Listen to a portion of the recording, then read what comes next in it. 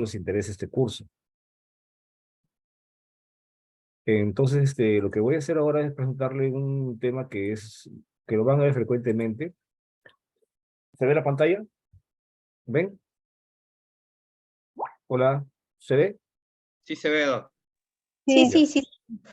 ya. Sí, Las preguntas, se por favor, me paran. Cada cierto tiempo voy a parar y me van a hacer preguntas. Me hacen preguntas sobre el tema. Ya, no hay problema.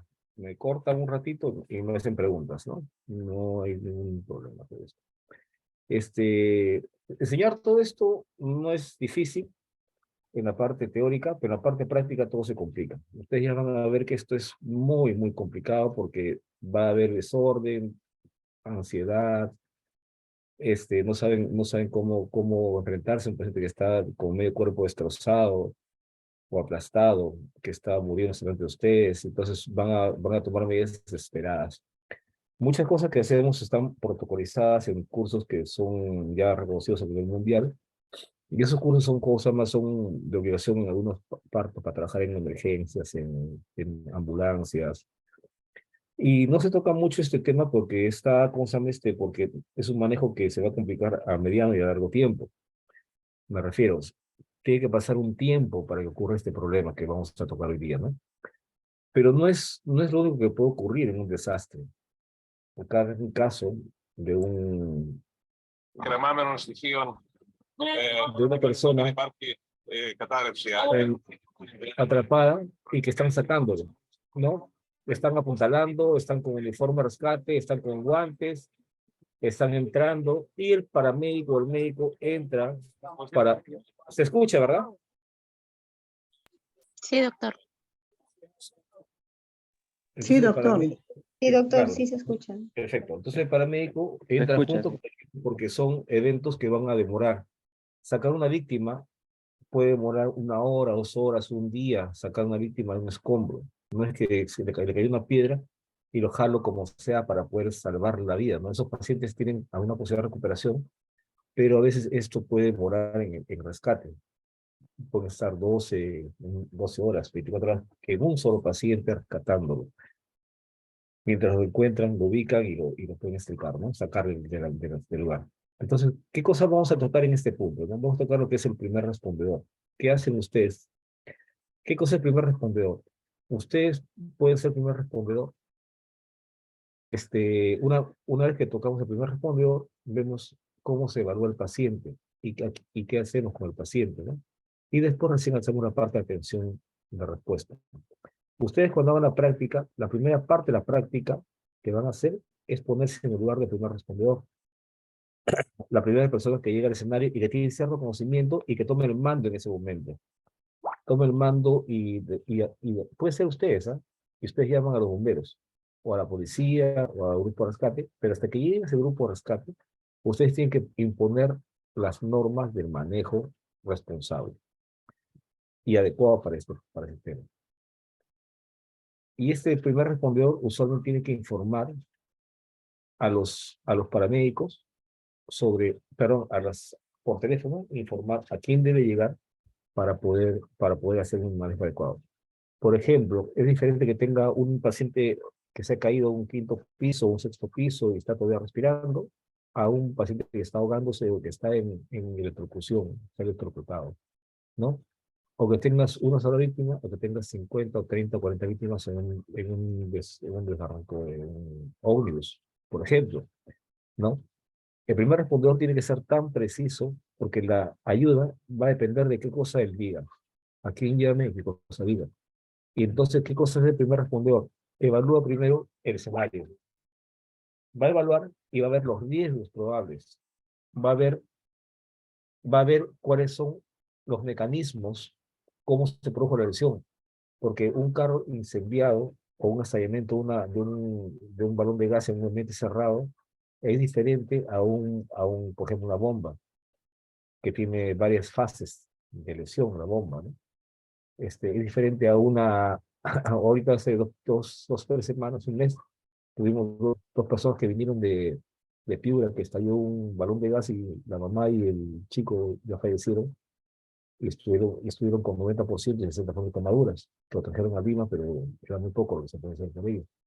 ¿No? En un ambiente cerrado, una explosión de gas, y la tercera persona que estaba ahí se salvó con solamente 20% madura. Pero ahí eso ya es víctimas múltiples, porque supera la respuesta inmediata, porque cuando yo llego usualmente con una sola ambulancia, si es que está disponible en la comunidad en que estoy, porque a veces estoy en un sitio donde no tengo ni siquiera ambulancia, tengo que transportar como sea al paciente en una camioneta, en lo que sea. Entonces, el primer respondedor tiene que evaluar el escenario, tiene que ver los riesgos probables que están expuestos a lo que van a responder. Si sigue habiendo fuego, para dónde se dirige el viento, para ver por dónde voy a atacar el fuego. Tengo que ver cuántas víctimas tengo en ese momento, tengo que ver cuál fue la mecánica del rojo, como digo, ¿no? Y tengo que pedir ayuda al 116 o al 115 o a los teléfonos locales de respuesta municipal. Pero el más frecuente y el más que querían saber ustedes es que el 116 está en todas partes, ¿no? Esta persona es muy responsable del evento y tiene, además de evaluar el escenario, tiene que determinar o delimitar el área de riesgo. Por ejemplo, si es un camión cisterna con gas peligroso, ¿no? Que puede ocurrir, con mercurio, como ocurrió en Cajamarca, que se cayó y la gente comenzó a llevarse porque pensaba que era valioso, y es valioso, pero se murieron por llevarse a su casa el mercurio, se murieron como 18 personas en Cajamarca. Entonces, ¿y qué pasa, no? Tiene que determinar el tipo, si tiene conocimiento, tiene que tener el tipo tóxico que está ocurriendo en ese momento y determinar la distancia a la que tiene que poner la zona segura. No puede ser que sea a una cuadra, así es que es un accidente de tránsito, no a 50 metros en un carro que se ha volteado, todo. Pero si es un gas o como hubo en Vía El Salvador, estallido de un camión cisterna con un gas que se expandió más o menos 3 cuadras, tiene que reconocer esto, ¿no? Para ver hasta dónde puede llegar el daño que provoca el evento. Entonces, estas cosas, con la experiencia, con la práctica, ustedes tienen que entrar, ¿no? O si no, es la situación de un paciente que esto es de la vida real, ¿no? Y yo fui parte donde entraron a un pozo séptico en Chorrillos, un niño cayó, 5 años, y le pidieron a una persona que no estaba entrenada, pero que era más flaquita en ese momento, que entrara, y era un médico, porque el médico estaba en una ambulancia de transporte, de respuesta, y los policías que estaban al costado, que eran, no podían entrar en un pozo, pues se le pidieron al médico entrar, y el médico casi muere por entrar sin ningún tipo de protección, sin máscara, sin oxígeno, sin tanques. El chico a fondo estaba a 5 metros del pozo, falleció en ese momento, pero el médico casi muere por ese problema, ¿no? Tuve que evacuarlo, llevarlo al hospital y hacer todo un tratamiento para sacarle el nanoso que tenía inhalado o el gas que tenía inhalado. Entonces, estos escenarios varían mucho y ustedes tienen que estar preparados para, en cualquier situación, ponerse en el peor escenario posible. No pensar que van a ustedes a solucionar eso solitos, ¿no? Sin ayuda de nadie o hacerse el héroe. Porque hay un dogma, o sea, una cosa que tenemos metido así en la zona de rescate, que en un desastre primero soy yo, después soy yo, tercero soy yo. No, primero es mi seguridad. Si yo no estoy seguro de lo que estoy haciendo, lo que va a pasar va a ser una víctima, voy a ser una víctima más del problema. Entonces, en la evaluación de escenario, el primer respondedor tiene que determinar más o menos cuál es la distancia prudente para que se coloquen las ambulancias del sistema, ¿no? Ya después que ocurre todo el primer respondedor y comienza a llegar todo, ya se hace lo que se llama sistema de comando de incidentes, ¿no? Donde todo un grupo de personas, policías, médicos, AMU, coordinan de forma adecuada para entrar a atacar el problema. Entonces, pero el primer respondedor van a ser ustedes en un momento, como nos ha tocado a cualquier nosotros, en alguna vez en la vida, ¿no? El segundo punto que van a tocar es lo que es el triage. Triaje es una palabra francesa y que quiere decir que es seleccionar y enviarlo al sitio donde mejor se encuentra. Puede ser en el mismo campo, donde pongo áreas rojas, verdes, amarillas, o puede ser con ambulancia, o puedo ser derivar de frente al paciente, ¿no? Donde los verdes son los que tienen menos daño, los amarillos están que no pueden moverse, pero su estado de gravedad no es tal, y los rojos son pacientes que tienen riesgo de morir, ¿no? Con lesiones muy graves. Y la parte final es la atención médica. ¿Qué cosas hacemos en este caso? Y en este caso el tema de atención médica es aplastamiento.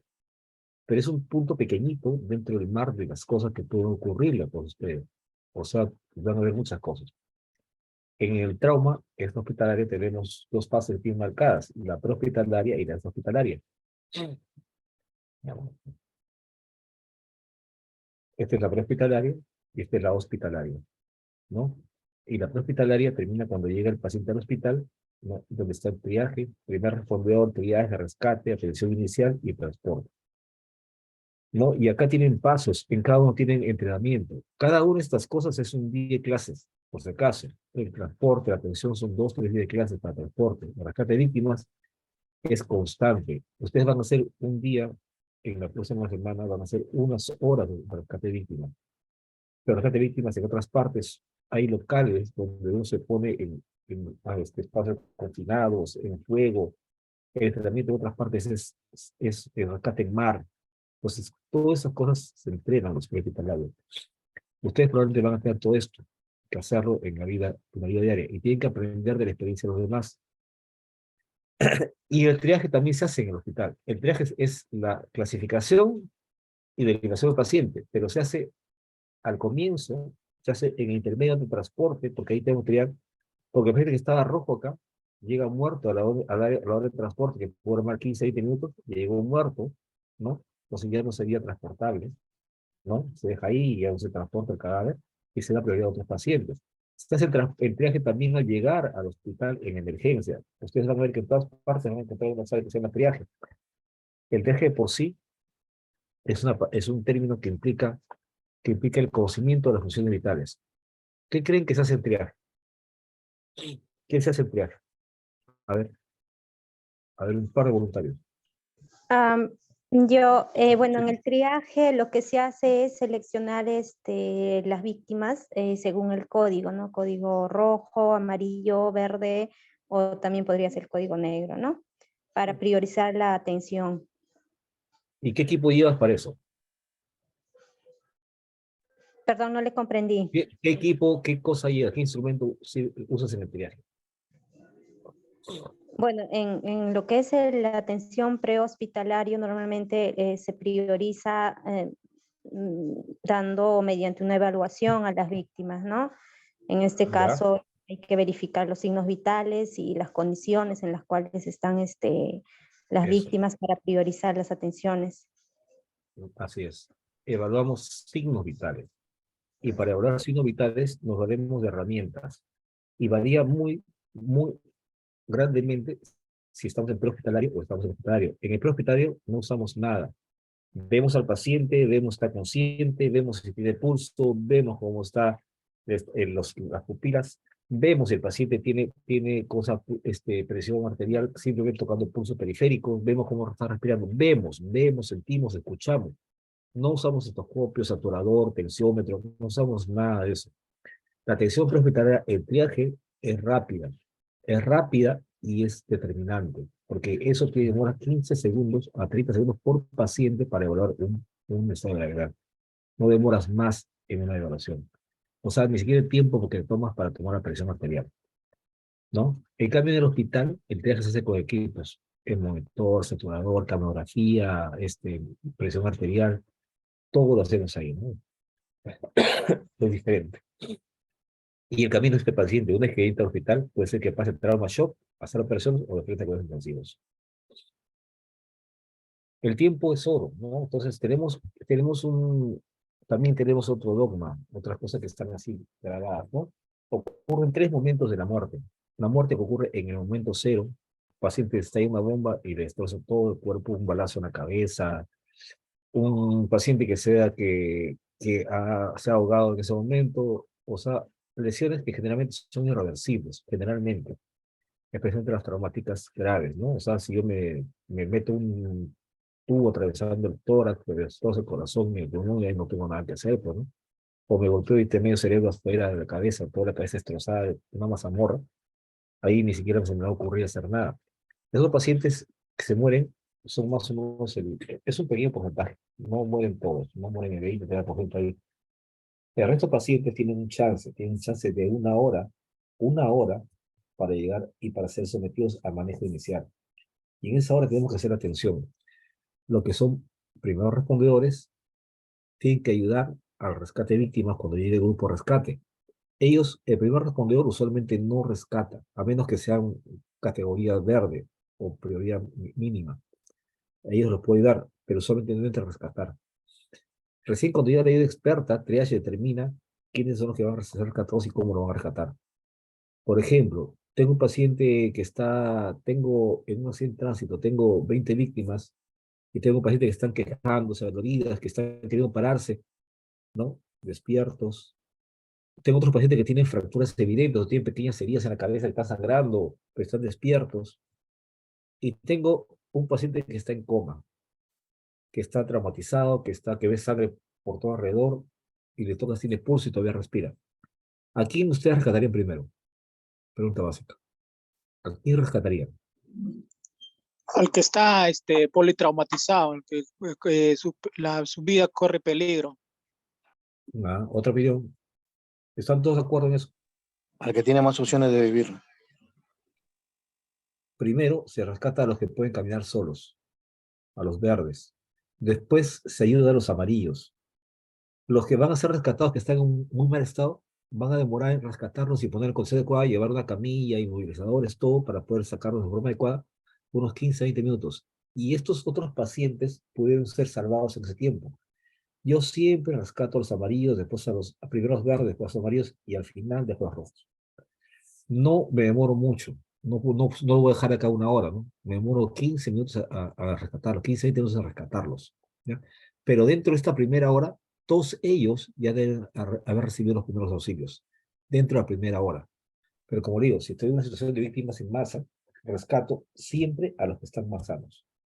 No voy a perder tiempo con los que están muriéndose, porque ahí es perder tiempo y puedo rescatar a más. Si fuera el único paciente, este paciente accidentado, me dedico completamente a él. Pero si tengo muchas víctimas, como va a pasar y pasa en muchas partes, me dedico a los que están primero verdes y amarillos, ¿ya? Eso ni siquiera lo piensen, ¿no? Si un paciente está moribundo y tengo tres pacientes que están al costado, a los que están gritando me los llevo. Me los cargo, los ayudo a salir y me los llevo. Porque el paciente que está consciente tiene buenas posibilidades de recuperarse, ¿no? Y eso es lo que pasa en situaciones que hemos visto, ¿no? En esa redonda, por ejemplo, miren cuántos, 280 muertos. Esa noche llegaron a los hospitales, yo estuve de guardia esa noche, llegaron al hospital Loaiza 112 personas. El hospital Loaiza, si ustedes ven la estadística del Ministerio de Salud, fue el hospital que más heridos recibió. Y de esos heridos, habían prioridades 1, 2, 3. Había niños que estaban perdidos solamente porque sus papás estaban lesionados y no sabían dónde estaban. Hubo 13 niños que no tenían ninguna lesión, no eran verdes, rojos y amarillos. De los 120 heridos que hubo, se quedaron solamente hospitalizados 38, que eran los graves, los importantes, los que debían ser sometidos a cirugía de trauma abdominal, trauma craneal, intubación por quemadura de vía aérea, ¿no? Entonces respondimos y fue un caos realmente, mesa redonda. Y ahí aprendimos, ¿no? Esto, por ejemplo, esto fue un terremoto que fue en Nazca el año 1997. Esto fue una catástrofe. Estaba de primer año asistente en el Hospital Loaiza y mandaron un grupo. Y ven ese cerrito que está atrás, teníamos que ir a ese cerro porque dijeron que a la espalda de Vasca estaba un pueblito que había sufrido, que no tenía apoyo y que estaban muriendo esos pacientes. Entonces, en esa ambulancia que ustedes ven no equipada, con médicos que estaban con mandil, no preparados, con sandalias, todo esto con tacos, ¿no? Tuvimos que llegar hasta el cerro y traer pacientes. Y no había nada, nada. Demoramos 3 horas en ir y volver de ese cerro. Y no había ninguna víctima importante. Mala información, mala comunicación, primeros respondedores que no sé. Y lo peor, el Estado nos mandó a ese sitio sin ningún tipo de equipo médico. No había en ese momento lo que es DIGER, UGER, no había nada. No había, el único que se encargaba era INDECI y los bomberos. Pero en esa situación fue que viajamos a Nazca, ¿no? Año 1997. Eso que está acá es el terremoto en la segunda foto es el terremoto de México, en Ciudad Juárez. Este es un edificio que tenía 7 pisos, un hospital que tenía casi 800 camas. Cada lámina que ustedes ven ahí es un piso, ¿no? Y se cayó en la segunda remesón. En la primera remesón quedó en pie y la gente salió, como se hace siempre en un terremoto, salió en un hospital, pero hubo gente que se quedó entre el hospital. Pasaron más o menos media hora después, la gente dijeron que estaba seguro. No entró un grupo de evaluación de daños a ver cuál era el grado de lesión que tenía el hospital para ver si podían entrar nuevamente, porque tengo un desastre, hay una caída, y tiene que haber un grupo de expertos que reconozca qué cosas son daños estructurales para decirme si es que es habitable o puedo entrar a atender pacientes. O sea, no hubo, sino simplemente el personal dijo, no pasa nada, el hospital está bien, entraron y murieron todos los trabajadores de turno, 250 trabajadores que entraron al hospital para ayudar a los pacientes que estaban dentro y murieron todos ellos. Algo pasó, igualito pasó en las Torres Gemelas, ¿no? ¿Cuántos bomberos murieron, no? Y lo otro, por ejemplo, este es un sistema que está en Keisei, Japón, donde lo que van a ver es sistemas de triaje, rojo, amarillo, verde, es universal por si acaso, ¿no? No, son carpas que se arman en menos de 5 minutos, cada una atiende a 20 a 24 personas, cada carpa, y está equipada, ¿no? Al costado de un camión cisterna, un camión inmenso que trae todas estas carpas, y ya viene estos carpas vienen con camillas empotradas en la base. Cuando se infla todo el sistema, todo se infla al mismo tiempo. Y esta parte que está acá en celeste es la zona de triaje, y esta es una simulación de incendio en un aeropuerto, en un avión que estaba aterrizando. Entonces, y esta es una práctica que hacen de forma rutinaria para ver cómo esto. Lo importante de esto es que el triaje se instaló rápidamente. Entonces, ¿qué cosa es el triaje? El triaje es evaluar al paciente, determinar cuál es su estado de gravedad y derivarlo a un ambiente para atención adecuada. Entonces, acá ven lo que es prioridad. El 10% son prioridad 1, 20% poder sacar en un desastre masivo son prioridad 3. Entonces, yo no puedo dedicarme a este paciente porque este paciente me va a demorar media hora, por lo menos, en la atención adecuada de esta acción y dejar estos pacientes que estén gritando y esperando ayuda. No puedo dejarlos. Me dedico siempre a ellos primero. Al final a ellos ni los toco. No se atienden, ¿no? Esta es una tarjeta del Ministerio de Salud de lo que es el triage, ¿no? Y como no tenemos esto, usamos tarjetas, en otras partes usamos tarjetas de cartulina, pero en otras partes se usan tarjetas plastificadas. ¿Por qué? Porque lo que vemos normalmente es que se malogran o se ensucian cuando tienes sangre, cuando estás curando, se ensucian las tarjetas y se hace una mazamorra, entonces no puedes. Entonces, para hacer el triaje, no requerimos equipos. Entonces, evaluamos la conciencia. ¿Cómo se evalúa la conciencia? O sea, tenemos que ver 3 puntos. Evaluar la conciencia, la circulación y la respiración. Son los 3 puntos vitales para evaluar un paciente. ¿Cómo se evalúa la conciencia? ¿Quién sabe? ¿Cómo se evalúa la conciencia? ¿Hay, ¿Hay alguna forma de un electroencefalograma, una tomografía de cerebro? ¿Cómo evalúa el estado de conciencia de un paciente? En relación a las preguntas, a ver si son coherentes sus respuestas. Al momento Ya, que es te un punto. responde. En el momento corresponde. ¿Qué más? Hace ¿Algo caso al más? llamado, Hace caso al obedece llamado. órdenes. Obedece órdenes. Muy bien. ¿Qué más? En la parte médica, ustedes van a entrar a ver algunos puntos que son normas internacionales, mundiales. La conciencia se evalúa a través de una escala que se llama escala de Glasgow. No se puede poner en el segundo cuadrante. Muy bien. Hay una escala que se llama escala de evaluación de conciencia de Glasgow. El Glasgow, ¿qué cosa es? Es parte de lo que se has dicho. Evalúo cómo responde el paciente a preguntas simples. Lo toco. Señor, señor. Señor, señor. ¿Cómo está? Bien. Me duele el pecho, no puedo respirar de forma adecuada. Ese paciente, ya no vamos a preguntas. La escala de Glasgow tiene 3 parámetros. Tiene evaluación del hablar en forma adecuada, evaluación del movimiento, ¿no? Cómo responde. Señor, levanta la mano, levanta los pies, perfecto. No se mueva ahí nomás que eso. Y evaluación de la apertura ocular, cómo se está despierto o no está despierto. Y el Glasgow va de 15 puntos, que es una persona sana como ustedes, como yo, que está despierto, consciente, atendiendo, hasta el estado de muerte cerebral, que es grado 3. No hay menos de 3 puntos. No hay Glasgow 0. Va de 15 a 3. 15 es lo mejor, 13 es lo peor. El paciente punto medio es el grado 8, el que está en coma. ¿Qué cosa es el coma? Aprendan a hablar con propiedad. Hay gente que dice, ¿está chocado? No, está en coma. El coma es diferente al shock. El coma es el paciente que no responde, así lo estimulemos. A veces le apretamos el brazo, le hacemos un pellizcón pequeño, ¿no? Le movemos contra un hueso para provocar dolor y no hay movimiento o solamente se mueve sin abrir los ojos. El paciente que no despierta, ese paciente tiene de 8 para abajo. Ese paciente es grave, grave, grave, grave. Pero cuando grave, grave, grave, quiere decir que el paciente puede morir. Pero, ¿cuándo se considera que el paciente está mal de cerebro? ¿Con cuántos puntos de grado? Por ejemplo, 15 es normal. 14 es un paciente que está medio tonto. O sea, que me golpeó la cabeza, no sé qué pasó. No sé, o sea, está... 13, 12 es estadística de incoherencia. Señor, ¿qué pasó? Señor, no sé, está como borracho. A veces está agitado. No me pongan nada, no quiero saber nada. Váyase acá, patea a la gente. El 9, 10 son pacientes que se duermen y se despiertan, se duermen y se despiertan. Y el 8 ya no se despierta para nada. El 5 ya no solamente no se despierta, sino que no se mueve y está rígido. Usted no mueve los brazos, está duro, como si fuera un palo. Y el 3 ya está prácticamente muerto. Ya está flácido. 4, Doctor, 5. No, dígame.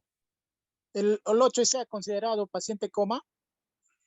¿En El coma? 8 para abajo. El 8 para abajo es paciente en coma. Coma profundo. O sea que no despierta, así lo peñisques. Así le pongo su inyección. No despierta.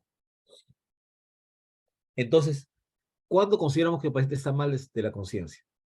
Tengo un paciente que ha sufrido ansiedad en tránsito, está agitado, está como borracho, está maldiciendo, está peleando, o está hablando incoherencias. O es un paciente que ya está, que se duerme y se apaga, se duerme y se apaga. O está despierto 100%, 15 puntos. ¿Quién consideramos que está mal y debe ser observado? ¿A partir de cuántos puntos? A partir de los 12, doctor, buenas noches. Ahora, a partir de los 12. Puede ser. A ver, ¿quién más? Menos, ¿quién da menos? ¿Quién da más? Cualquier paciente que no está completamente despierto, totalmente lúcido y que obedece las órdenes al 100%, o sea que se considera que está mal.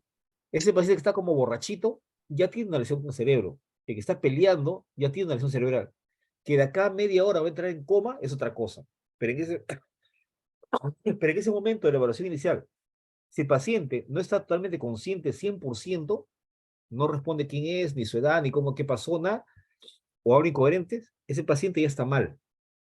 Ese paciente que tiene 14 puntos ya se debe evaluar y monitorizar y llevar a un hospital. El paciente que tiene 8 puntos, o sea que está en coma, que no despierta, no, ese paciente es grave, muy grave. Pero el paciente que tiene 14 puntos, ese paciente también está mal. ¿Por qué? Porque de acá a una hora, media hora, se va a poner peor. Se va a poner mal y se va a extravar. Las hemorragias subaracnoideas matan dentro de las primeras 24, epidurales matan dentro de las primeras 24 horas. Las subaracnoideas matan en 3 a 5 días. O sea, y va a crecer lentamente ese hematoma en tu cerebro y va a ampliarlo. Entonces, si no me doy cuenta en ese momento del estado de gravedad, probablemente, y lo apunto, probablemente no voy a tener un paciente que va a salvarse. ¿Qué más evaluamos? O sea, evaluamos la respuesta consciente, la forma de hablar, evaluamos la apertura ocular y evaluamos el movimiento. Si el paciente levanta las manos, agárrate, apriéteme todo, tiene fuerza en los 4 miembros, perfecto. Pero puede ser medio cuerpo que no mueva. Eso me dice que tiene hematoma cerebro, un golpe en el cerebro. Puede estar despierto, como pasa con los derrames cerebrales, que los van a llamar, y no mueve medio cuerpo, medio cerebro es infartado. ¿Qué más evaluamos? Los médicos también llevamos una interna y evaluamos la pupila. Si las pupilas son grandes y se achican rápidamente, el cerebro está bien. Puede estar inconsciente, puede estar en coma, pero ese cerebro es recuperable. Pero si sus pupilas están dilatadas y no tienen respuesta, no tienen reflejos y están fijas, ese paciente está muerto. Le pongo la luz y no se mueve esa pupila, no se cierra, está muerto. Si la pupila una está bien y la otra está mal, chiquito, grande, esta reacciona bien y la otra reacciona mal o no reacciona, está chico, grande, tiene una lesión de una del cerebro. Ese paciente tiene que ser sometido a cirugía de cráneo. Entonces, en la evaluación de las pupilas, me dicen, junto con la evaluación del resto del cuerpo, me está hablando de qué cosas tengo que hacer con el paciente. Pero para ustedes, basta que sepan que el paciente que no está consciente al 100% está mal. y tienen que llevar a un hospital para que tome una tomografía del cerebro y descartar que no haya nada malo.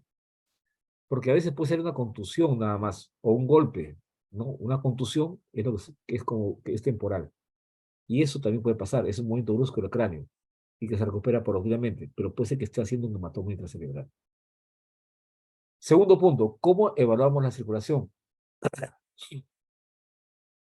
O sea, una cosa es conciencia, otra cosa es circulación de sangre, o sea, el corazón y los vasos sanguíneos, y cómo la sangre circula por todo el cuerpo. ¿Cómo evaluamos eso? Población De pulso. capilar, relleno El capilar. llenado, muy bien, el llenado capilar. ¿Qué cosa es el llenado capilar? A ver, ¿quién me dice que es el llenado capilar? Para todos, para todos. A ver, todos agárrense un dedo. Agárrense el dedo, la punta del dedo, la uña, y apriétenla. Y está rosada. Si ustedes miran sin agarrar nada, la uña está rosada. Apriétenla y la uña se pone blanca. Suéltenla y ven que se llena de sangre nuevamente en menos de 2 segundos. Eso se llama llenado capilar. Y la respuesta es menos de 2 segundos. Si tiene más de 7 segundos, más de 5 segundos en otras personas, que demore en llenarse ese dedo, puede ser en el pie, puede ser en la mano, puede ser en la oreja, puede ser en los labios. Yo aprieto y demora en llenarse, o puede ser simplemente la piel, y veo que no se llena de sangre la piel, entonces ese paciente tiene shock, no está llegando circulación a la piel. Y la piel es el primer órgano que reacciona al shock. El segundo órgano es el intestino. El tercer órgano es el hígado, después el riñón, después ya vienen otros órganos. O sea, ¿por qué?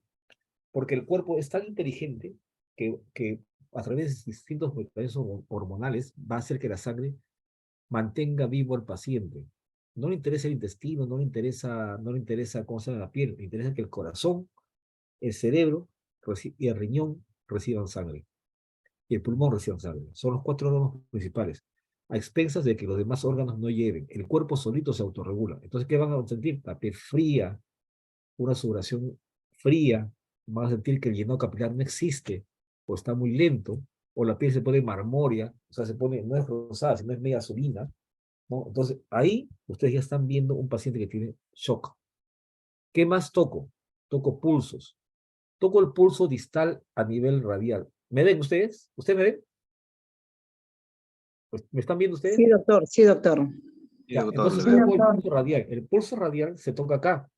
Si ustedes hacen así la muñeca, van a encontrar una especie de caminito más o menos al borde hacia el dedo pulgar. Hacia el dedo pulgar van a encontrar un caminito. Este caminito es el trayecto de la arteria radial. Se pone los 3 dedos así, no se pone así, ni se pone así, ni se pone en cualquier parte. Se toca, ven mi muñeca, se toca en este trayecto que está acá, hay un camino, se llama tabaquera. Se ponen 3 dedos perpendiculares, se llama pulpejo del dedo esta zona. Se ponen los 3 dedos perpendiculares y se aprieta, y se aprieta, y se siente el pulso. Si el paciente tiene pulso, no se preocupe, tiene buena presión. Su presión arterial media está sobre 60-70. ¿Qué quiere decir? Que el paciente va a poder orinar, no tiene problemas para meterle mucho líquido, no está sangrando. Si tiene pulso, su estado es bueno, no está en riesgo cardíaco. Pero si no tiene pulso, voy a buscar otro pulso más grande que no se pierde, que es el pulso carotídeo. Si tengo pulso acá, ya no busco más pulso. Ya sé que tiene buena circulación, buena presión. Entonces, no, le pongo su vía, pero no me preocupo por chorrearlo. Pero si yo tengo pulso acá y tengo un pulso acá en el cuello y es débil el pulso, ¿y cómo se busca en el cuello? En esta zona del cuello acá tenemos varios reparos anatómicos, se llaman, ¿no? Y voy a tocar que al medio está la tiroides, el cartílago laríngeo y la tiroides, que es un hueso, que es la manzana de Adán. Y usted toca al costadito, hay como una especie de tejido que sobresale, que es un músculo, que se llama esternocleidomastoideo. Entonces ustedes agarran, ponen los 3 dedos igualito, vertical a la piel, y aprietan 3 a 5 centímetros. No tocan la pielcita, es apretar con fuerza hasta sentir el pulso. Acá en la mano es fácil, pero en el cuello tiene que apretar 3 a 5 centímetros para sentirlo. O sea, sus dedos se van a hundir dentro del paciente y tiene que sentir el latido de la arteria carótida. Si tienen un latido carotídeo, el paciente todavía está vivo. Está chocado, pero está vivo. Tengo que meterle cloruro de sodio o sangre para reponerle inmediatamente. poligelina, lo que sea, lo que tenga para exponer la sangre, si está chocado. Y buscar el foco de sangrado. Si es externo, fácil dar torniquetes, compresión, lo que sea. Si es interno, ya el médico tiene que ver si tiene que operar al paciente, ¿no? O poner un tubo torácico o un tubo pericárdico, ¿no? Para ver qué está sangrando el paciente. Porque el shock en trauma me habla de sangrado, por si acaso. Entonces yo tengo dos pulsos que tengo que examinar. Primero, el llenado capilar. Segundo, los pulsos, el radial. Y tercero es el pulso carotidio. Con eso me basta para saber cómo está la circulación del paciente. ¿Ok? Hay cosas más que se evalúan. El tipo de pulso, que hay diferentes tipos de pulsos. Hay arritmias cardíacas. Todo eso se puede evaluar, pero con práctica. Pero basta que ustedes sientan un pulso, tranquilos. El paciente todavía está vivo. Si no tiene pulso acá en el cuello, está en paro cardíaco, tengo que iniciar un masaje cardíaco para reanimarlo al paciente. Drogas, adrenalina, todo, y pasarle sangre líquido, ¿no? Ya. ¿Cómo evaluamos la respiración? A ver, chicos. A ver, ¿quién sabe cómo se evalúa la respiración? ¿Se fueron? Cuando se eleva el pecho, ¿Ya? ¿Está bien? ¿Qué más? si es que exhala, ¿Ves? ¿Perdón? si es que la persona exhala para poder ver su respiración. Ok. La respiración se evalúa, como dice, que me dice el colega, se evalúa viendo, escuchando y sintiendo el aire. Pero antes de eso tengo que ver si tiene cianosis o tiene cianosis. El color azulino en las partes distales, en los labios, en las orejas, en la nariz, en los dedos, me está hablando de falta de oxigenación. O sea, basta que ustedes vean color azulino en todas partes, me dicen que el paciente requiere oxígeno urgente. ¿Ok? Después me pongo a ver cómo respira, el patrón respiratorio. Si los dos tórax, hay dos tórax, dos lados, se levantan iguales. Porque yo puedo tener un paciente que tiene aplastamiento vertebral y se llena de sangre, y esta zona se levanta y esta zona no se levanta. Y percuto, ¿escucha? Acostúmbrese a esto. Percuto, pero escucho esto. Esto que está acá es sonido de aire. Esto, y lo siento en los dedos, el sonido mate, siento el sonido duro, lo escucho y lo siento, quiere decir que se ha llenado de sangre. De sangre, todo torácico. O escucho que esto está así, y esto es como un bombo, pum, pum, pum, acá, pum, pum, pum, más fuerte. Este lado se ha roto las costillas y ha roto el pulmón. Y hay que poner un tubo que está con neumotoras y se va a morir el paciente. En ambos casos, tengo que meter un tubo torácico. Como primera respuesta, si el paciente es cianótico, se está muriendo, no hay sangrado evidente por fuera, pero veo que no respira porque el trauma ha sido un golpe en el tórax. Se ha ido contra le han metido un cuchillazo, lo han golpeado jugando fútbol, le han roto una costilla. Y veo que respira mal y percuto, solamente percuto. O si soy más me acerco a escuchar al paciente y me pongo el oído sobre el tórax y escucho el tipo de respiración, me doy cuenta si es sangre, aire o se ha hinchado solamente el pulmón. Pero eso sí es en la práctica, tienen que aprender eso. Pero ¿cómo evaluamos la respiración? La cianosis. Y como primera medida le ponemos oxígeno y vemos qué pasa en el pulmón y vemos cómo se levantan ambos tórax. Y ahí tengo que actuar. Si se me está muriendo porque no respira el paciente, tubo torácico al sitio que yo considero que está mal. Y a veces tenemos a la mano una aguja común y corriente, una jeringa de 10 centímetros con aguja, lo cargo con cualquier cosa, con destrozo, con agua, y le meto la aguja lo más que pueda a través de las costillas, toco las costillas, meto la aguja y generalmente uso este espacio. Uso el cuarto espacio intercostal en la línea media axilar. Me meto ahí porque es una zona donde está la base del pulmón y punzo con una aguja 21 a 18 de 2 pulgadas de largo. Y ahí debe salir el aire o la sangre. Si sale aire, sangre, estoy totalmente seguro que tengo que poner un tubo. ¿Y eso cuánto demoro? Nada. Agarro la jeringa, estoy respirando mal, veo que respira mal, está cianótico. Si tengo oxímetro, veo que no satura, o satura de menos de 90. Señores, tienen que actuar. En ese momento es como ustedes salvan una vida. Ponen un tubo torácico. Entonces, la evaluación de la conciencia es a través de la evaluación de la forma de despertar, la apertura ocular, la respuesta verbal y la respuesta motora. Eso se llama escala de Glasgow. Tiene 15 puntos. La circulación se evalúa a través del llenado capilar y de los pulsos periféricos y centrales. Estos son pulsos periféricos en el pie, ¿no? Y los centrales son la carótida y la femoral. Pero femoral nunca se ponga a tocar porque los pueden acusar de manoseo. Y la respiración, lo vemos con el color de la piel, la cianosis presente. Como tiene intoxicación por monóxido de carbono, intoxicación por gases tóxicos, no aparece cianosis. Aparece una coloración rosada en los labios, en los dedos, pero están intoxicados por un sustancia que se llama tiocianatos. Entonces, no siempre hay cianosis, pero el paciente está respirando mal, no satura y está intoxicado. Entonces, estas cosas es en la práctica, ¿no? Escala de Doctor, Glasgow, dígame. la piel diaforética también es Es falta, importante. la diaforesis es falta de circulación. Es circulación. Entonces, está bien. La diaforesis es sudoración fría. Ese es porque la circulación está mal. Estoy un poco resfriado. El CAS Glasgow evalúa la mirada, el habla, el movimiento y nosotros las pupilas. La macrocirculación se ve con los pulsos estales, pulsos centrales y la microcirculación con llenado capilar. La microcirculación se pierde antes que los pulsos, por si acaso. Y la respiración, vemos el trabajo respiratorio, la frecuencia respiratoria y la cianosis, ¿no? Por ejemplo, esto van a ver un ejemplo de lo que es el triage y la evaluación inicial. ¿Qué pasó acá?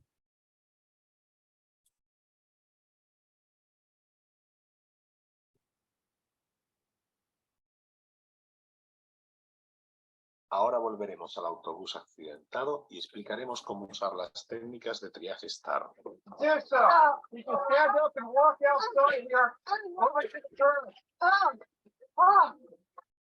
Es importante agrupar a todas las víctimas leves fuera del autobús, dirigirlas a un lugar seguro y decirles que se queden ahí. Tan solo preguntando ¿quién puede caminar? El rescatador ha conseguido catalogar a 9 personas como leves en cuestión de segundos.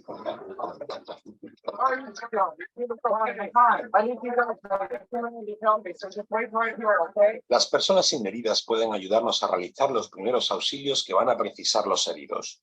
Esto forma parte del triaje inicial y asegura un rápido tratamiento. ¿Qué víctima llamará primero su atención? ¿El chico inconsciente? ¿El hombre cubierto de sangre? ¿La conductora del autobús que grita histérica? Como es imposible saber a primera vista cuál de ellos está más grave, debemos comenzar el triaje con la primera víctima que nos encontremos. El análisis de las víctimas comienza en el mismo momento en que la última de las personas que pueda caminar abandona la escena del accidente. El triaje STAR es simple y fácil de recordar. Tiene 3 pasos. RPM. Respiración, perfusión y estado mental. RPM. Cuando seamos los primeros en llegar al lugar de un accidente y tengamos varias víctimas, recordemos RPM. Ahora vamos a ver cómo usar estas recomendaciones para catalogar a cada víctima en menos de 30 segundos. El primer análisis es el de la respiración, porque es la función más crítica. Si el paciente no respira por tener la vía aérea obstruida, intentaremos liberarla. Para ello, quizás tengamos que alinear el cuello, a pesar de que podamos provocar una lesión medular o agravar una ya existente. Si estamos solos, tan solo moveremos el cuello de aquellas víctimas que estén inconscientes y no respiren. Si no hacemos nada, el paciente que no tiene permeable la vía aérea morirá. Si alineamos el cuello, puede que agravemos una lesión medular ya existente, pero es un riesgo que tenemos que correr. Si liberamos la vía aérea, quizás comience a respirar, y si la mantenemos abierta, quizás tenga una oportunidad de sobrevivir. Si no lo hacemos, no tendrá esa oportunidad. Si la respiración no se restablece con una simple maniobra, el método STAR no contempla iniciar RCP. El primer rescatador puede sentir la tentación de comenzar a hacer RCP en un paciente inconsciente que no respire. Eso sería un error. Estos pacientes acaban muriendo. Si el primer rescatador comenzase una reanimación cardiopulmonar, no tendrá oportunidad de prestar ayuda a aquellas víctimas que sí tienen posibilidades de supervivencia. 9 personas clasificadas como leves y un fallecido. Pasamos a la siguiente víctima.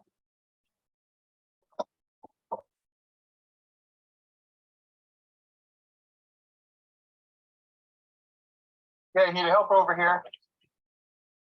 Need help support his head. Okay, just like this. Need your help keep it.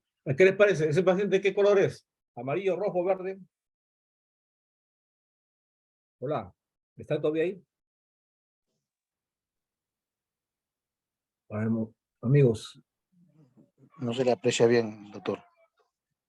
¿no ven el video? Sí, se ve, pero no se Se aprecia ve bien el el video. color. Si el paciente comienza a respirar después de liberar la vía aérea, lo catalogamos como rojo y pasamos a la siguiente víctima. Miren cuánto demora cada evaluación, ¿no? Ya. Este paciente, Para evaluar la respiración en un paciente, observamos su frecuencia. ¿ya qué les parece? ¿Rojo, amarillo, verde? Rosado se ve el Amarillo. ¿Ajo? Amarillo. Perdón. ¿Amarillo? Verde, Amarillo, se le ve. amarillo, doctor. Amarillo, doctor. No. Perdón.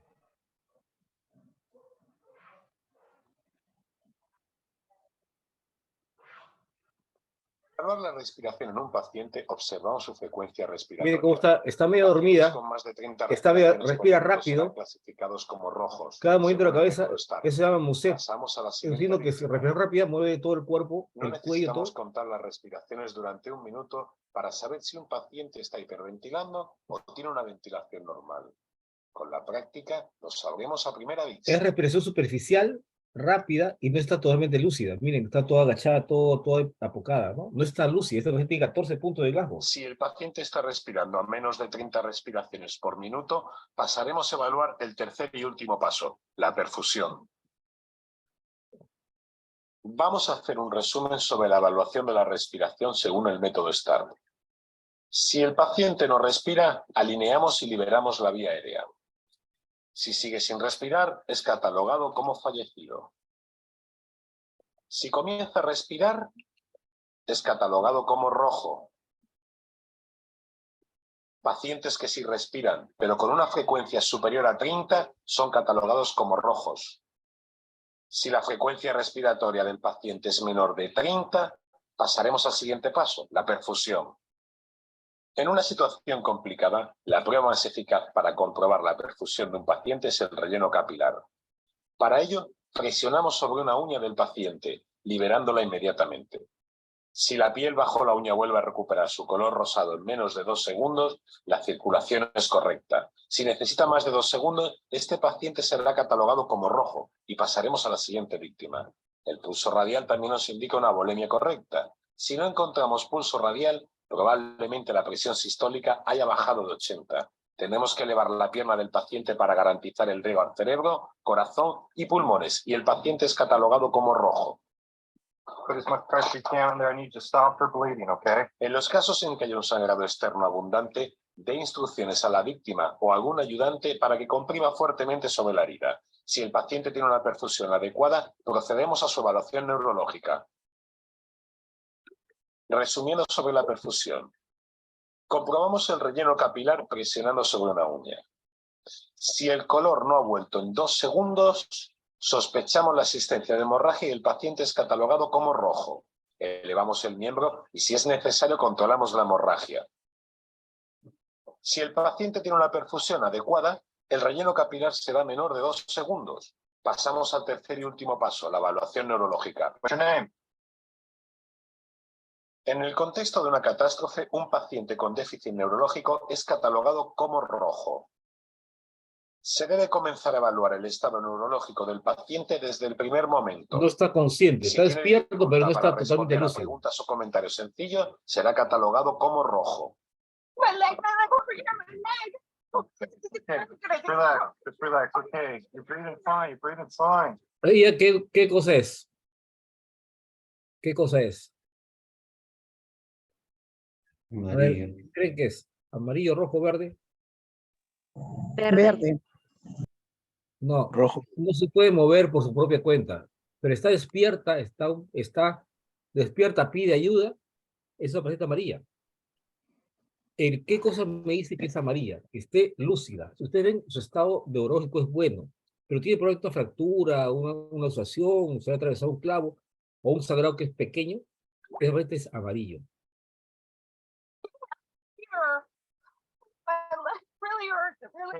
Le duele, le duele. What's your name? Jan, Okay, Jan, what day is it? Friday. Friday, good, okay. ¿Quién eres? ¿Qué día estamos? We're far minute coming, okay? We'll get you out of here as soon as Preguntas possible. sencillas. All right, I've got help coming. Estado Si el mental paciente bueno, puede amarillo. contestar coherentemente a preguntas Pero no puede sencillas, moverse. lo El hecho de que sea catalogamos como amarilla amarillo es porque no moral puede y moverse. pasamos a la siguiente víctima. Resumiendo sobre la evaluación neurológica. Si el paciente no responde a preguntas o comentarios sencillos, lo catalogamos como rojo. Si puede hacerlo, lo catalogamos como amarillo. Y pasamos a la siguiente víctima. La categoría de morable no significa que el paciente no esté herido o que no necesite tratamiento. Significa que el paciente no está en riesgo de muerte inminente. Amarillo no está en Como riesgo de podemos ver. muerte, pero tiene una lesión que le impide moverse y que requiere atención. Eso es amarillo.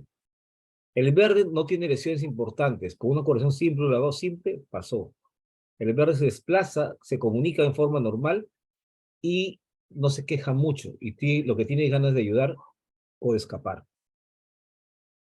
El amarillo no puede desplazarse. ¿Ok? Puede ser ha quedado ciego temporalmente porque le cayó ácido. No, claro. Pero esa es la situación, ¿ya? Entonces se evalúa el estado de los pacientes, tal, y se ve, ¿no?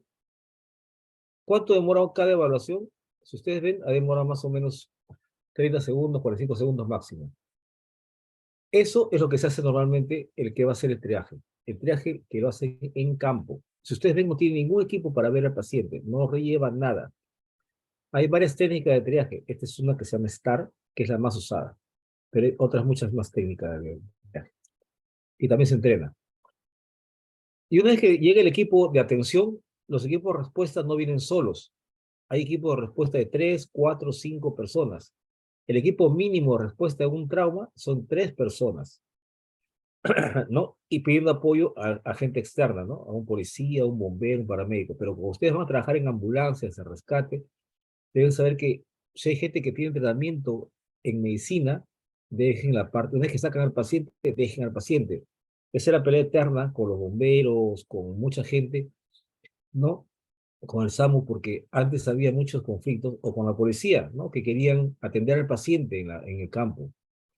Actualmente los equipos SAMU tienen médicos permanentes en sus ambulancias. Entonces, esos médicos tienen entrenamiento en trauma. Entonces, si ustedes ya hicieron su parte, ya rescataron, no hay nadie, ustedes hacen la primera atención. Pero tienen que saber manejar todo en primera atención, ¿no? Es vía, oxígeno, catéteres, tubos, inmovilización, ¿cómo se llama? Férulas, poner ¿cómo se llama? Torniquetes, controles de hemostasia, ¿no? Curación de heridas rápidas, o sea, todo es vendaje rápido, todas esas cosas son entrenamiento en trauma, ¿no? Son la parte. Y ya más avanzado es el manejo de vía aérea. Entonces, el equipo de respuesta tiene varias cosas. Tiene un líder, tiene un enfermero y tiene un técnico, paramédico o chofer, ¿no? Ese es lo mínimo. Pero a veces vienen 4 o 5 personas, ¿no? Y cada uno tiene una actividad y una posición.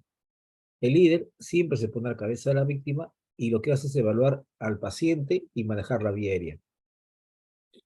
El enfermero se pone a la derecha de la víctima y lo que hace es comenzar a buscar accesos venosos, vías. Y existen 3 maletines para esto. Un maletín para el líder, el maletín de vía aérea. Un maletín para el paramédico o la enfermera que está en el lado derecho, que es un manejo endovenosos. O sea, tiene cloruros, sueros, drogas para reanimación, equipo de nuclisis, vendas, para fijar esto, una pistola para trauma óseo. Y esas pistolas son súper útiles. Algún día van a ver un equipo de Z, pero un rey.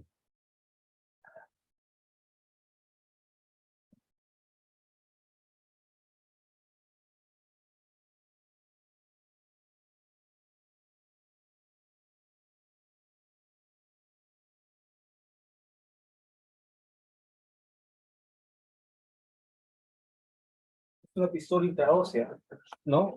Cuando no tengo, o sea, para llegar a un paciente, yo quiero accesos vasculares y accesos para poder meter medicamentos o sueros. La que se conoce más son las vías endovenosas. También puedo poner en un recién nacido a través del ombligo. Puedo poner a través de un hueso. Entonces, esas vías intraóseas son muy buenas y son rápidas. Hay una pistola con una pistola de clavos o una pistola que atornilla. Yo tengo justamente, no la encuentro ahorita. Tengo para demostración cómo se usa la pistola intraósea. ¿Ya? Lo malo es que cuesta 80 soles cada agujita de la pistola intraósea. Entonces, no es tan baratito hacer la práctica. Entonces, estas pistolas son muy útiles en caso de trauma. ¿Dónde se pone? Se puede poner en el húmero, en el esternón o en el fémur. Se pone una aguja especial que tenga un mandril y que sea muy dura y cortita para llegar al hueso exactamente. 2 centímetros a 3 centímetros de acá, para que no perfore mucho, y acá de 4 a 5 centímetros. Y en el fémur, ¿no? Y con eso ustedes pueden tener un acceso muy bueno para la circulación, ¿ya? Las vías intravenosa son muy buenas, pero en la práctica hacemos vías endovenosas, ¿no? Cada persona tiene su maletín. ¿Qué más tiene ese maletín? No solo tiene drogas, sino tiene también para taponar heridas, control de hemorragias, ¿no? La tercera persona es el paramédico que va a ayudar en desfibrilación, va a monitorear al paciente y va a comenzar las maniobras de reanimación cardíaca. Esas son las actividades de cada uno de los participantes en un equipo de respuesta, ¿no? Si viene una cuarta persona, se dedica a tomar datos, a aislar, llamar a otro apoyo y todas esas cosas más. Existen unos blankets, unas mantas que se ponen y dan imágenes cómo hacer el masaje cardíaco, cuándo comenzar el masaje cardíaco, ¿no? Estas son mantas que llevan en los ambulancias americanas. Y cada uno tiene una habilidad diferente. Cada uno, el líder A, el que abre la cabeza, la enfermera, cada uno tiene una habilidad, ¿no? Tiene que saber hacer esto: masaje cardíaco externo, masaje torácico, masaje pericárdico, desfibrilación, canalizar vascular intraósea, monitoreo, administrar drogas. No es ponerle cualquier medicamento. Hay una secuencia. El médico dice, el que está en la cabeza dice, hay que hacer tal cosa. Él responde, ya la hice, ya, preparado, inyecto, y el médico tiene que decir, ponle 1 miligramo de adrenalina, ponle 10 miligramos de Zepan que está convulsionando, ponle 3 centímetros de lidocaína por arritmia. Y esta persona sabe cómo prepararlo, sabe cómo administrarlo, a qué velocidad administrarlo y por qué vía administrarlo. Si le digo por bicarbonato, no puedo poner por la misma vía que tenga adrenalina. Entonces, esta persona está entrenada en eso. Cada uno entrena sus habilidades. No es que yo voy a aprender todo de un día para otro. Esto para nosotros en el hospital nos ha demorado mucho en enseñar y tenemos grupos preparados para esto, enfermeras y técnicos que ayudan en esto. Casi todos son médicos, pero también están las enfermeras preparadas para reanimar en trauma, ¿no? Entonces, un descanso porque acá comienza el tema de la clase. O sea, ¿qué puede pasar? Cualquier parte del cuerpo puede ser traumatizada, pero este es un síndrome especial.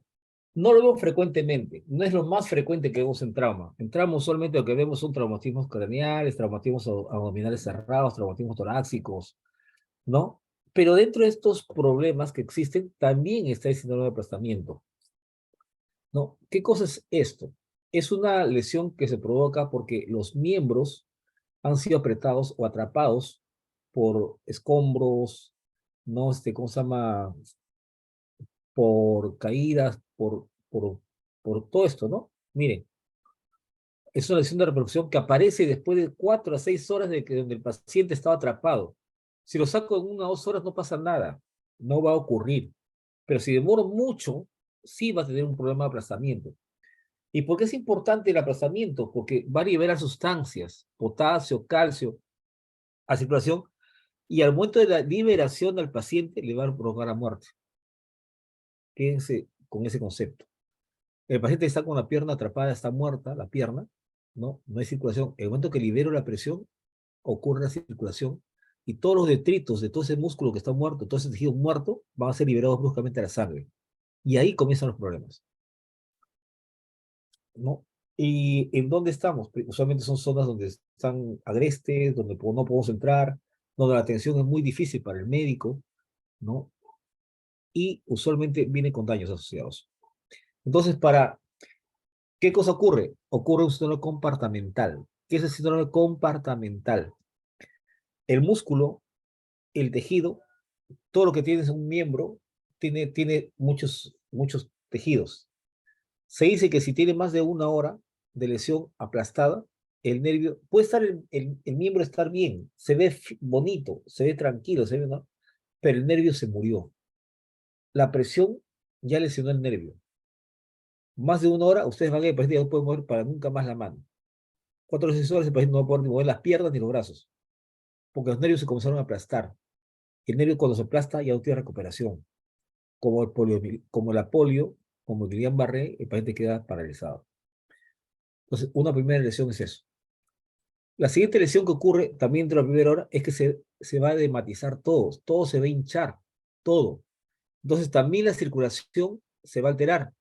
Los vasos sanguíneos se llenan de líquido, todo esto, los vasos sanguíneos van a ser aplastados por la presión de la hinchazón del tejido. Los músculos se van a lesionar. Y como entre los músculos hay estas cosas negras que se llaman fascia,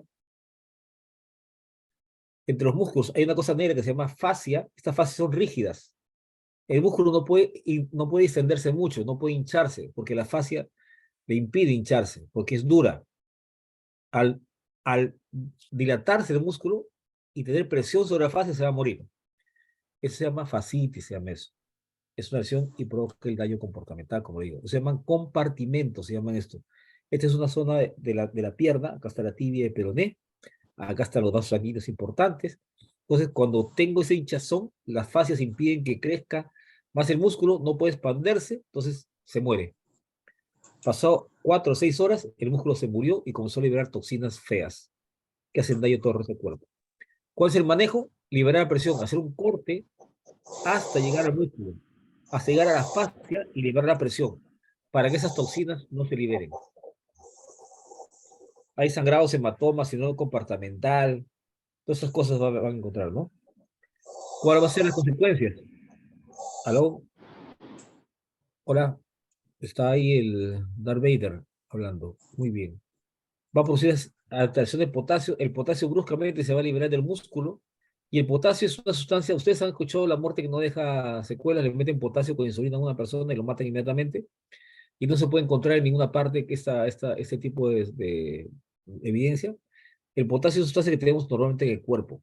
Al morirse el músculo se liberan potasio y calcio, y el potasio va a producir arritmias cardíacas. No está lesionado el corazón, está lesionada la pierna, pero libera una toxina, una sustancia, un electrolito, que se llama potasio, que va a provocar esto. ¿Qué más va a provocar? Todas estas cosas. Entonces va a provocar un montón de problemas, los cuales van a hacer que el paciente sea más sensible a morir. ¿Cómo reconozco esto? Miren esta pierna. Esto es lo que van a sacar. Un síndrome comportamental típico. Pierna hinchada, enrojecida, esfacelada, mala circulación, con trombos. Estos son equimosis que son equimosis que es sangrado por ruptura de las arterias y venas que hay en la pierna por la presión que he tenido, ¿no? Y también puede ser provocado porque ya como por cierto que se llama coagulación intravascular diseminada, donde los trombos han liberado tanta sustancia anticoagulante que comienza a sangrar por todas partes. Sangra por la orina, sangra por la nariz, sangra por el pulmón. ¿Por qué? Porque el trombo consumió los factores de coagulación. Entonces el paciente ya está anticoagulado. Otro síndrome comportamental, miren cómo aparece hinchada esa pierna y cómo el color ha cambiado completamente. Este paciente debió ser sometido a fasciotomía. Miren. La otra cosa que ocurre es esto. Como yo estoy eliminando tejido muscular, hay una sustancia que se llama mioglobina. Esta sustancia viene por la sangre y va a llegar al riñón y va a colorar de marrón la orina. De marrón. Es una orina bien marrón, ¿no? Y también tiene problemas de parestesia porque ya se lesiona el nervio, ¿no? ¿Cuál es el manejo de estos pacientes? Primero, saber reconocer la lesión. Entrenarse. Fasciotomía inmediata. Primero, si está sangrando, controlar el sangrado. Si hay sospecha de lesión, hay que hacer una fasciotomía. Si es que sospecha de lesión, síndrome comportamental. ¿Cómo sé que es un síndrome comportamental? Afuera del signo, a veces ponemos una aguja y ponemos una jeringa un centímetro y vemos una presión dentro del compartimento, dentro del músculo. Una aguja común y corriente conectado a un equipo de venoclisis y una llave de triple vía, y con eso sabemos cuánto tiene presión dentro del músculo. ¿Qué es esto? Es esto, ¿no? Mira, hacemos una punción y metemos la aguja ahí. A ver, voy a ver si está por acá. Esto es lo mismo. Esto es una aguja, pero con una jeringa, pero acá ya viene en forma digital medir valor. Pero ¿qué hacemos? Ponemos la aguja, un abocado grueso, colocamos un llave triple vía y acá colocamos un equipo de monocrisis y vemos hasta dónde sube la columna de agua. Pero si veo que está hinchado, que está muy dura la pierna, yo no necesito hacer ninguna prueba. ¿Cuáles son los primeros auxilios de estos pacientes? Primero el ABC, vía aérea, circulación, respiración, circulación, ¿no? Después administrar fluidos. Inclusive, antes que el paciente se libere, debo administrar fluidos que no tengan potasio ni calcio, ¿no? Por cualquier acceso que yo pueda ponerle. Tengo que hidratar al paciente porque va a estar 6 horas, 8 horas aplastado y no sé qué más puede estar aplastado el tórax, el abdomen. Entonces yo no puedo darle de comer por boca, tengo que hidratarlo de forma endovenosa. ¿Cuántos litros le pongo? La primera hora le pongo 2 litros al paciente, o 30 por kilo de peso, y después lo manejo más suave, ¿no? Estos pacientes están en zona de desastre, hay que calentar al paciente, ¿no? Hay que dar antibióticos analgésicos, manejo la prehipercalemia, antes que suba el potasio. ¿Cómo se maneja cómo se maneja? A estos pacientes se le pone bastante líquido sin potasio, se le fuerza que orine, ¿no? Y eso es lo básico, ¿no? Se le fuerza que orine, tiene que orinar. Y les hace la fasciotomía. Miren, estas son fasciotomías. Se llega hasta el músculo. ¿De qué se mueren estos pacientes? De falla respiratoria, de síndrome de síndrome donde los tejidos, como le dije, el músculo libera toxinas que van al riñón, lo tapan al riñón y el paciente entra en diálisis. Deja de orinar y se muere. ¿Cómo manejo esto? Hidratándolo. Y si no responde, diálisis. Si tiene falla respiratoria, pongo oxígeno, ventilación mecánica. Si tengo problema de potasio, aparece lo que se llaman arritmias ventriculares, que son esto que está acá, ¿no? Y acá le pongo calcio, una sustancia polarizante que es insulina con destroza, ¿no? O lo meto en diálisis urgente. Está chocado, le meto líquidos y vasopresores. Pero la primera medida, como le digo, es hidratación, hidratación, hidratación. Si sale el paciente, inmediatamente hacer una liberación de la presión de ese músculo con una fasciotomía, ¿no? Para liberar la presión. No esperar que llegue al otro lado, ¿no? Sale del sitio compartimental, antes de que salga ya está hidratándose el paciente, ¿eh? No después, antes de que salga. ¿Ya? Entonces, este síndrome comportamental es peligroso, puede matar a la gente, ¿no? El manejo de la fasciotomía. Fasciotomía, miren cómo se yo tengo videos de esto. Y entonces se tiene que cortar el tejido, ¿no? Llegar hasta que sangre, tiene que sangrar. Ya después, cuando baja el hinchazón, cuando todo se ha controlado, se deja abierto, por si acaso, no se cierra. Esto es cuando ya pasó todo el trauma, después de una semana, 20 días, recién se cierra la piel. La presión, acá dice lo que es la medición, y acá van a ver un caso clínico de lo que ha pasado, ¿no? Esto es de la vida real, por si acaso. En China.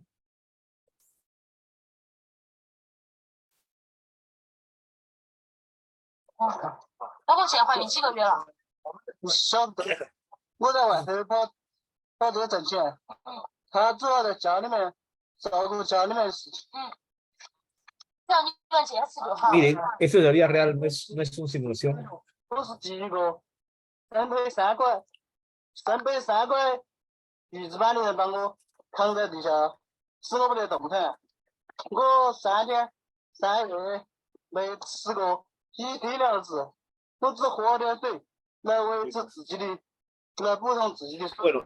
la persona está respondiendo al interrogatorio, pero está aplastado. Si ustedes ven dónde está, miren dónde está, ¿no? Y miren la hora que es y la fecha. Está despierto. Ahí tiene una vía endovenosa, miren, ya han puesto una vía endovenosa. Miren, acá está la vía. Acá, ahí está el suero que le han puesto. Le está dando de beber por la boca. Se mueve los brazos. Están tratando de buscar cómo liberar a la víctima. Y la periodista que está al costado está llamando al canal de televisión, está filmando la muerte de una persona, ¿no? Vienen los paramédicos, equipos de certificación, todo lo que son rescate en estructuras colapsadas, ¿no? Y intenta sacarlo, ¿no? ¿Qué han notado acá? ¿Qué creen que está pasando? Pasan horas, mire, ya es de noche. Han pasado más de 6, 8 horas ahí. Y siguen trabajando. Entonces, ¿qué pasa acá? Al principio, el paciente se encuentra despierto, está boca abajo. Eso tiene que reportar, ¿ah? Y está varias horas aprestado. Han canalizado una vía endovenosa, le están dando fluidos endovenosos. Y, ¿cómo se llama? Y le administran agua por vía oral en varias ocasiones. No se da agua a un paciente que está en riesgo de shock.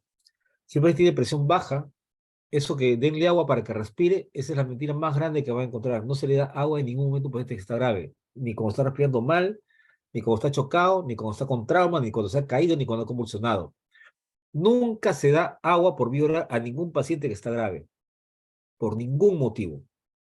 Porque el paciente que tiene mala circulación, el intestino, como dije, va a sufrir, no va a tolerar y va a vomitar, o van a inducir más sangrado en el paciente, sangrado digestivo, y se le va a morir por sangrado digestivo. Nunca a ningún paciente grave se le va a tomar agua por vía oral, ni comida, peor comida. Y si está inconsciente y ha convulsionado, peor todavía. Ya. La gente no le ha dado de tomar agua, error, no tienen el equipo de manejo adecuado, la camarógrafa está sin un equipo adecuado, no hay un perímetro de seguridad. Para que entre un periodista que dice que no hay perímetro de seguridad, no tiene material de corte, ¿no? Sigue.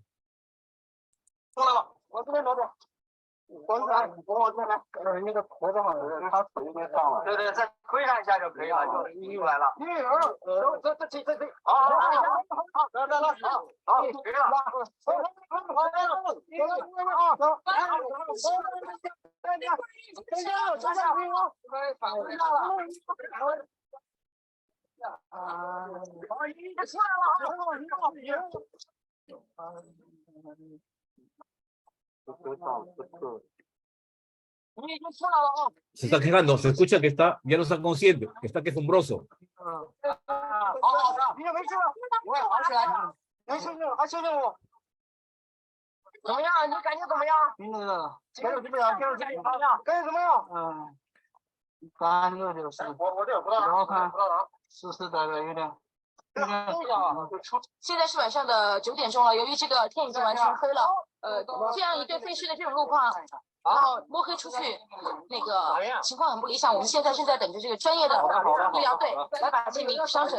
现场的信号是不是已经切掉了？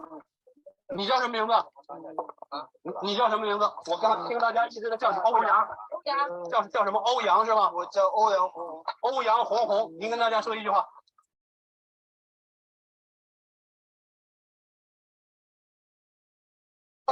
好了，我看看，别睡啊！哎，先生，讲话。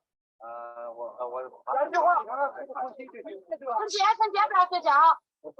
姐，动作快点，动作快点。要跟他说话去啊，动作你很虚弱啊。要补费什么？太虚弱了。已经晚上的10点钟了，你看我们脚下的这个路，要下山的确是太困难了。但是现在大家都在争分夺秒，因为。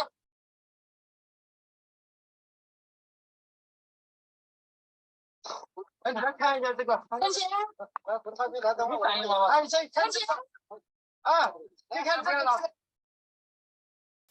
他这个走，哎，对，对，那么，哎，整个线啊，我那边可以，怎么配置啊？怎么配合？把他话来喊啥嘛？这边扶一下，傻子，你到现在都坚持到现在了啊？啊，坚持到现在，再坚持一下，陈杰，再坚持一下，还要怎样？好了，对吧？看一下他的，给你做脏了，他那个啊，他一下，不是在啊，他吃了才能不行，要他立马一下，要怪他的不管，我先不管了，你先弄吧，好吗？这样，外面。好了，你买到了。好了。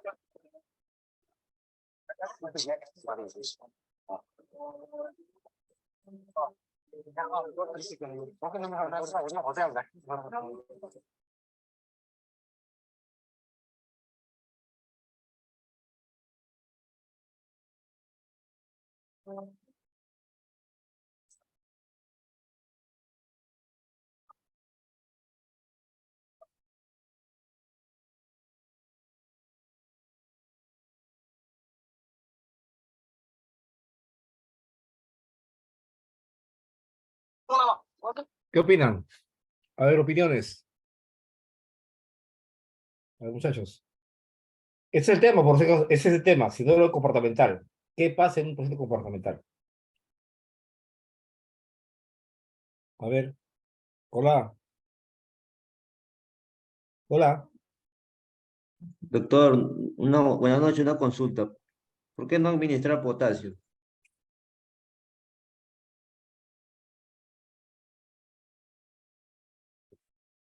El potasio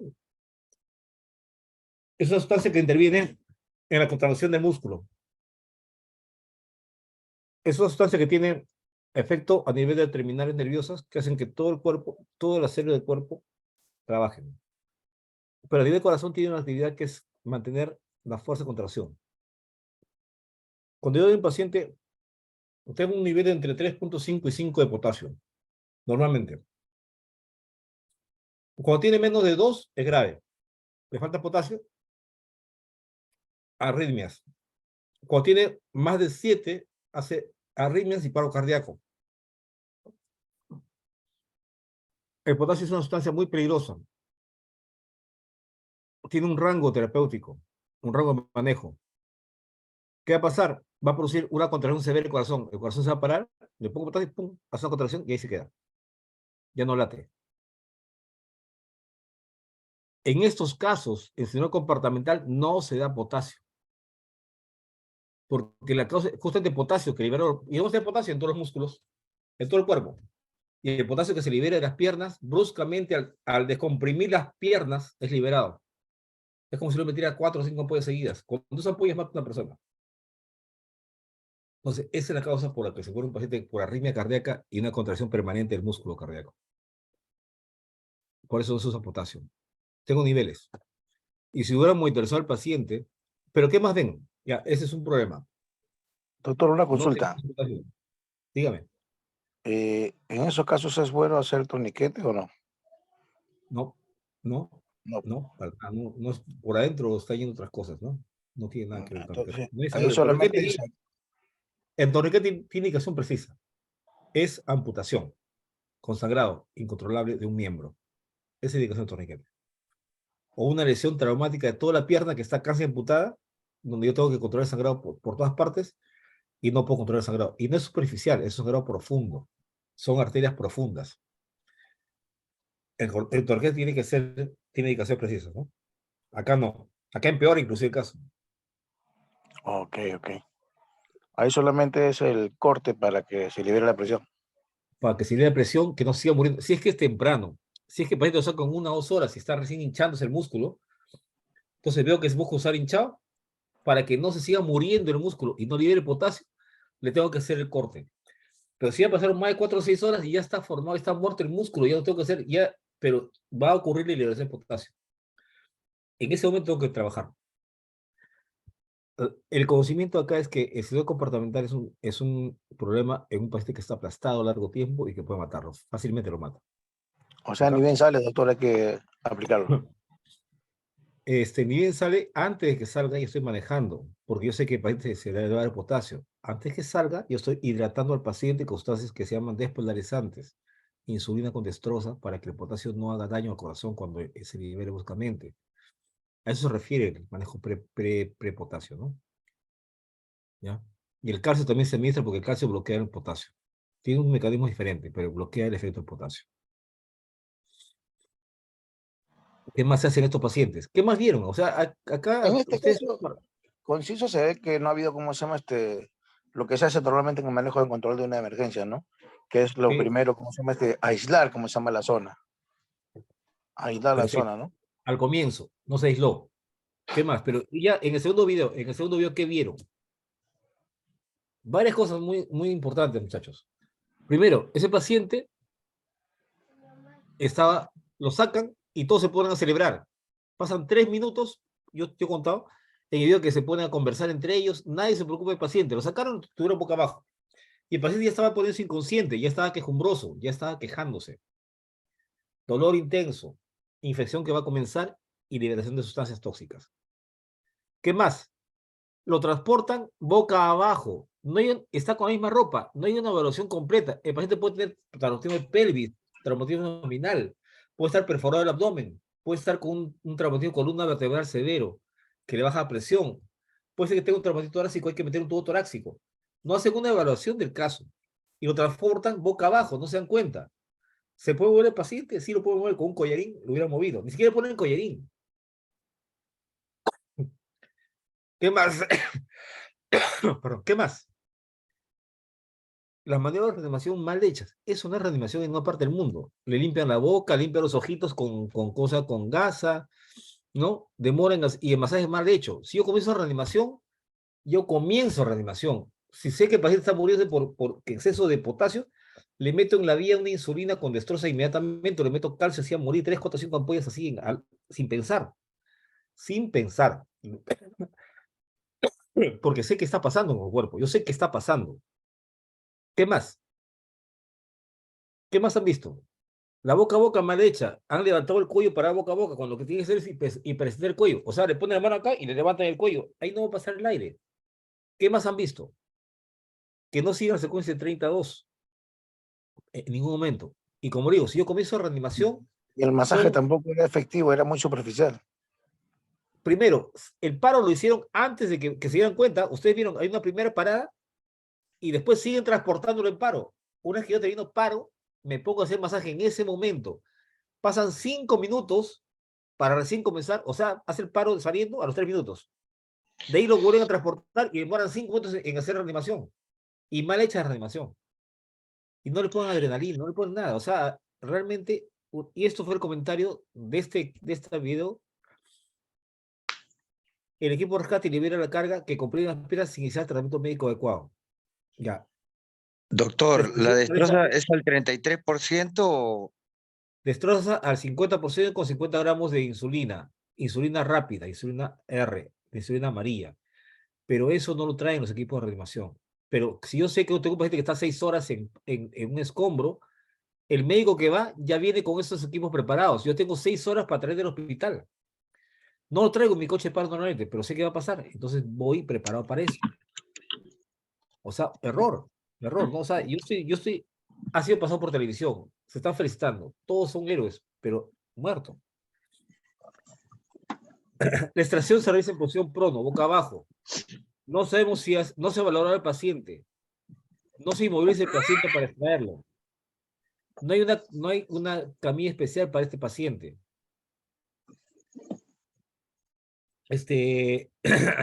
Y lo mismo, ¿no? Acá un montón de cosas. Lo estimulan, cuando el paciente ya está inconsciente, lo estimulan verbalmente, así no se hace, pero ya sé que está inconsciente, ¿para qué lo voy a estimular? No inicia maniobras de reanimación adecuadas. Cuando ponen al paciente en posición supina, lo hacen mal. Una técnica poco precisa, por decir que no hicieron técnica, ¿no? O sea, realmente una desgracia. Y eso es lo que no tienen que hacer.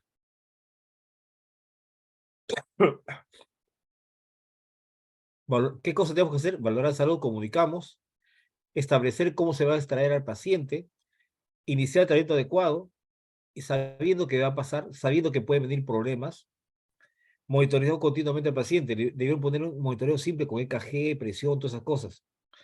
Inmunización adecuadas y el tratamiento adecuado. ¿No? Bueno, eso es otra cosa. Preguntas. Terminó la charla. A ver, son las 9:43. A ver, muchachos, preguntas. Doctor, buenas noches. Alumno Renzo Torres. Dígame. Una consulta. Nosotros, siendo equipo de rescate, estamos en la disponibilidad de administrar medicamentos. Si no hay nadie más, sí. Ya. En otra parte del mundo está la ley de buen samaritano, donde una persona que está entrenada, ustedes van a estar entrenados, acreditados porque tienen un diploma, una capacitación, y mientras más se metan en esto, más entrenamiento van a tener. No, un día en un hospital aprenden a poner vías, o sea, se van a banco de sangre, todos los días hay 30, 40 personas que van a sacar sangre, ahí no se aprenden a sacar sangre y poner vías de paso, ¿no? Si usted quiere aprender, a cualquier familiar le dicen que sabe que trabaja en un hospital, enseña a poner vías. Van a emergencia, todos los días ponen agujas las enfermeras, todos los días.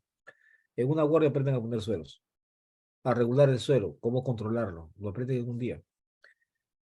Si ustedes van a llevar este curso, no es lo ideal, porque debería ser más práctica. La medicina es práctica. El conocimiento es valioso, pero la medicina es práctica. Entonces tiene que ser práctica. Entonces, pero como le digo, cada uno de estos temas, el manejo de vía aérea, intubación, es un día completo de 6, 8 horas de práctica.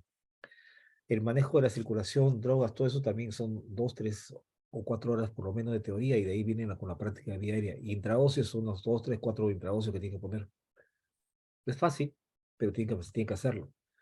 Entonces, ustedes, por ley peruana, no están autorizados a poner suelos ni administrar medicamentos. Pero si no hay nadie y están ustedes, tienen el equipo, administran. ¿Ya? Pero bajo indicación médica, bajo indicación de alguien que sepa. ¿Ya? Si le dice el médico, pon, ustedes ponen. Si el enfermero, o por teléfono, el médico tal me ordenó por teléfono que ponga tal cosa. ¿Ya? Entonces pueden actuar, no hay problema, pueden actuar. Listo, doctor, muchas gracias. Siempre y cuando tenga conocimiento mínimo de enfermería, doctor, o Por cualquiera lo eso. puede. En Israel, todas las personas entre 18 y 21 años hacen servicio militar. 3 años, los varones, 2 años las mujeres. En esos 3 o 2 años, pasan 6 meses en el hospital, pasan 6 meses construyendo ciudades. Hacen ingeniería, albañiles, electricidad, todo. Pasan 6 meses en el hospital. Salen haciendo tubos torácicos, intubación difícil. Todas las personas en Israel, todas, sin excepción, están capacitadas en primeros auxilios avanzados. Todas, todas, todas. En Japón, todos los niños, a partir del 4º año, reciben cursos de primeros auxilios avanzados. 4º y media. Primeros auxilios avanzados. Ay, correcto, se me va a apagar la batería.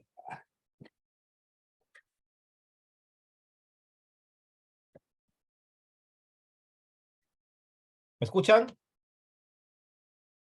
Sí, doctor. Sí, se escucha. Sí, doctor, se escucha. Ya, se me está apagando la batería, disculpen. Ya, Sí, entonces, se le escucha. en Japón, a partir del 4º año de secundaria, hacen salidas fuera a zonas de desastres, a llevar comida, a atender pacientes, a atender ancianos, todos los niños de secundaria.